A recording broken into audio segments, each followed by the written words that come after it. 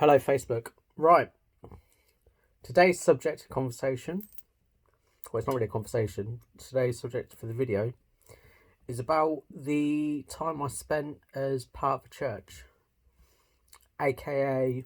a cult, a.k.a. the Jesus Army, a.k.a. the Jesus Fellowship, a.k.a. a religious organisation that I lived with and was a member for a number of years.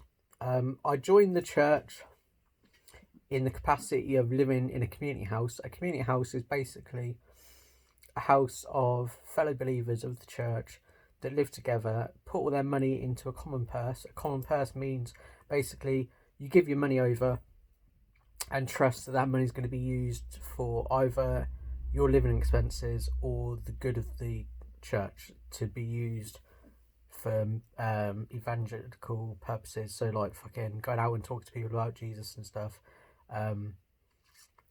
Stuff like that, basically. You basically trust the money to other people. You start off, you don't give all your money in.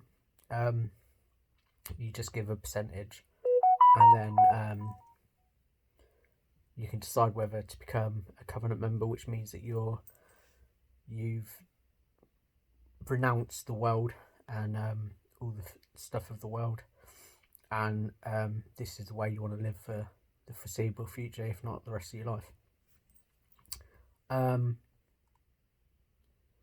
So I met the church probably in 2010, 2009, I don't know. I grew up in a Christian household from birth, and I went to church until I was about 13, 14. I then got bored. I then couldn't be asked to go. I didn't believe anymore. Or I might have believed, but I was wanting to do teenage things and spend time playing on computers or whatever. I basically just couldn't be asked to fucking go to do something that I didn't believe in. I didn't, or I might have believed in, but I just didn't see the point in going to church. So I left the church, stopped going. Then my dad and my stepmom continued to go to church and were active members of the church. So I had like contact with the church. I wasn't a total atheist or anything. I was agnostic. I still believed, but didn't really follow God. Didn't go to church. Wasn't a practicing Christian. And then in 2010, 2011, I met someone on Abington Street in Northampton who was part of the Jesus Army, and they saw me skating, and there was going to be a marquee, which is like a big circus tent event that weekend or whatever. And I'd say his name because like people that are part of or ex-members of the Jesus Army will know who I'm talking about anyway. It was Nathan White, and Nathan came and spoke to me and said, "Oh, that's amazing! Like we could use that in a marquee or whatever." And he said, "Oh, we'll build a flipping skate ramp, and you can come along and skate and stuff." It turned out that I couldn't get there or whatever, and I didn't really want to skate in front of like thousands of people, so it never happened. But they did build the ramp, and other people, Psycho and stuff, like skated the ramp, and it was used. And then they revamped it and like resurfaced it and stuff, and it continued. And I think they used it again. Well, they used it. They used it at Raw, which was Real and Wild, which was a youth event, which was held at the Jesus Centre in Northampton. And yeah, they had it in the car park, and we got to skate it like in the lunch break kind of thing. And it wasn't used particularly for any kind of evangelism or whatever. It was just there for people to use if they so wished. So obviously I did. I had my skates with me, so I thought, sack it, I'm gonna skate it.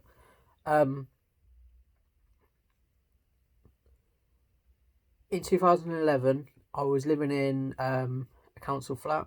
My dad died in 2017, and so I was in care from that time until I was 18, and then I was kicked out basically. I had to stay between my two sisters' houses, and then once my council flat was ready, I moved out and was left to get on with it. I was there for like 5 or 6 years or so. and basically was really depressed. Had no drive to get a job really. I was just depressed as fuck basically. I think I tried to kill myself a few times in that time. So yeah, there was that, and I just became a recluse. I didn't go out. I didn't have a real life. It was horrible. So I came to a head where I was part of the church because I was going to friendship meals, which were like Thursday meals where you'd go and go to one of the community houses and have a meal and do some worship or whatever and just socialise and break bread and spend time with like other Christians and stuff like that. So I started doing that, and so I had built up a relationship with members of the church, and basically a guy called Paul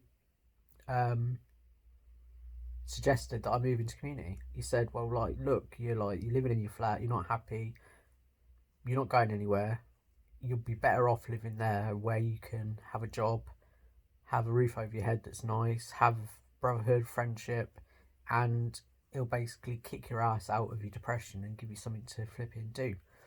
So I thought, makes sense, don't it really? Like, flipping, my flat wasn't that nice. I wasn't in a good place, and being around people and having people to push me up and to encourage me and to help me improve my life is what I needed at the time. So I thought, sack it, give up my flat, move into community.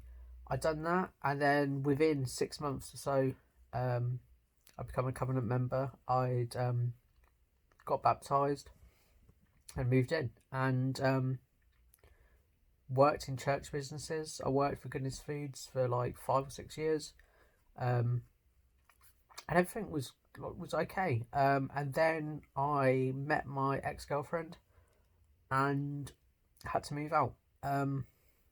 Still continue to be part of the church, go to meetings and stuff, and worked in a church business, but I moved out of community because they felt it wasn't right, the fact that I had a sexual relationship with her. So I left.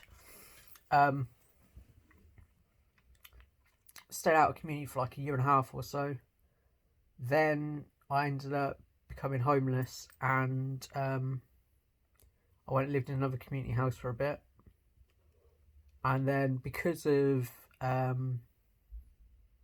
universal credit, just recently been implemented, paying the rent got messed around because there was a wait of like 6 weeks or whatever, and then it wasn't getting paid directly to the house that I was living in, and so they thought basically that I wasn't going to pay the rent or whatever, and that I was just pocketing it, which was a load of rubbish. It was just a case of waiting for the like things to go through and stuff. So then I was homeless, and I ended up staying at the night shelter.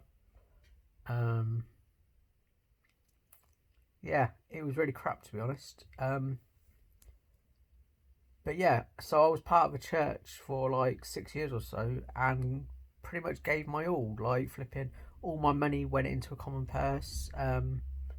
All my time was spent there. I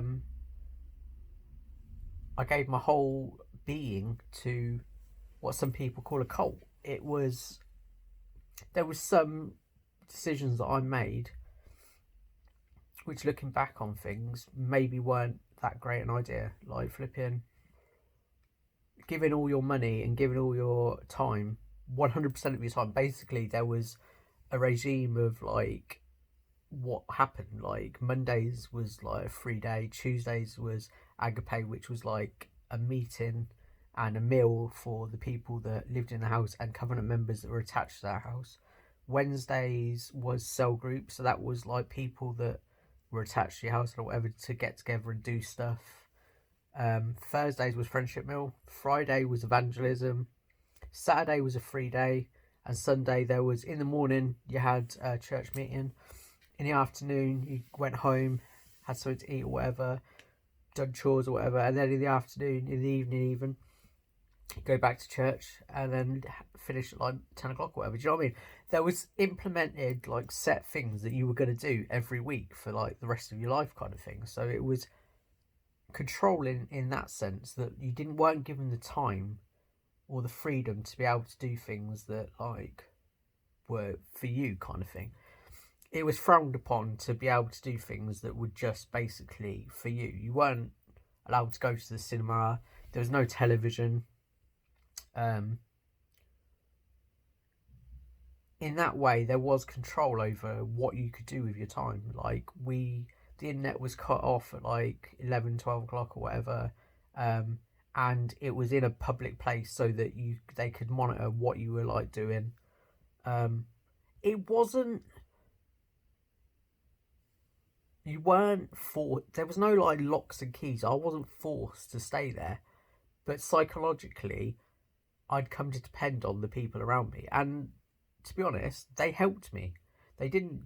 There wasn't abuse all the time, kind of thing. But there were certain instances where things got to a point where it was too controlling for me, and I think that people needed to understand that, like, it takes time for people to make decisions, and sometimes those decisions don't run along with their decisions. And I think in that way, it was abuse because there was like I was made to feel bad for like wanting to have a relationship outside the church, and to me, I think that's a bit wrong. But there you go.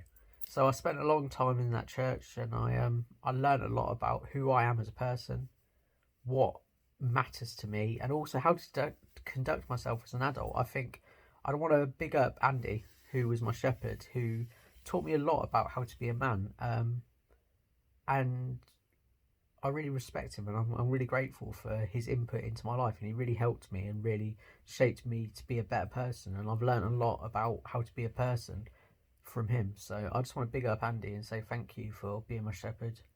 I know I wasn't always easy, but I know I wasn't that hard either. So thank you. If you got any questions, leave them in the comments and I'll answer them as best I can. I hope this gave you an insight into what my experiences of being part of the Jesus Army are.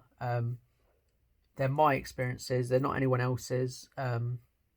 Other people got treated better or worse than I did, and it's just my experiences and my views on things. I hope that helped you have an insight into what happened there.